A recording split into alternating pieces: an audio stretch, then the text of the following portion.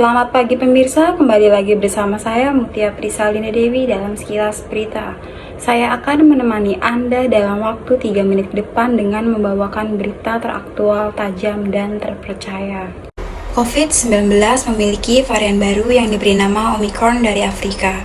Varian ini saat ini menjadi perhatian termasuk WHO yang telah mengumumkan Omicron menjadi varian of concern atau VOC atau varian yang sangat mengkhawatirkan.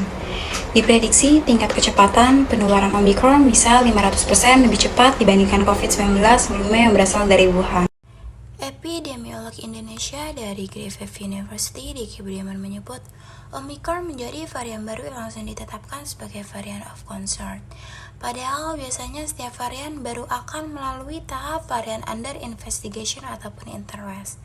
Berarti bisa dikatakan varian baru ini sudah memenuhi 3 kriteria yang dikhawatirkan. Omicron bisa meningkatkan tingkat positivity rate dalam kurun waktu 3 minggu, bahkan dalam kurun waktu 2 minggu. Varian baru COVID-19 ini bisa mendominasi transmisi kasus 75% di tengah kasus varian Delta, sehingga diprediksi tingkat kecepatan penularan Omicron ini bisa 500% lebih cepat dibanding virus COVID-19 awal yang berasal dari Wuhan. Meskipun kasus varian baru ini belum ditemukan di Indonesia, Diki menyarankan pemerintah melakukan 2 hal sebagai antisipasi. Pertama, pemerintah bisa melakukan deteksi kasus lebih awal. Untuk mendeteksi kasus varian Omicron ini, tentunya pemerintah bisa menggunakan tes PCR. Namun, pemerintah harus memastikan alat-alat tes PCR di Indonesia bisa mendeteksi varian baru COVID-19 ini. Kemudian Diki meminta kepada pemerintah untuk segera memenuhi target 2 dosis vaksinasi COVID-19 skala nasional. Ia menekankan apapun varian COVID-19 vaksin akan memberi manfaat bagi pasien yang terjangkit. Dikatakannya orang yang divaksin akan lebih untung dari sisi keparahan hingga potensi kematian akibat COVID-19.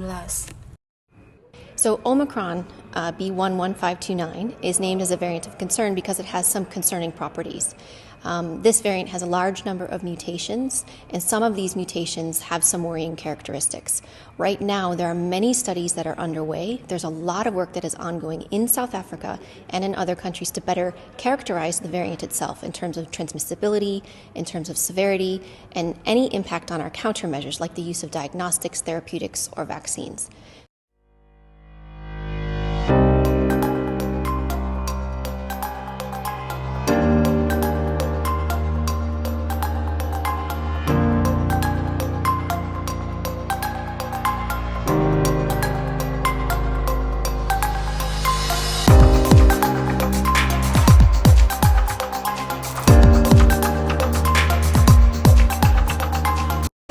Demikian berita terkini yang telah saya sampaikan. Saya Mutia Prisalina Dewi pamit undur diri. Sampai jumpa kembali.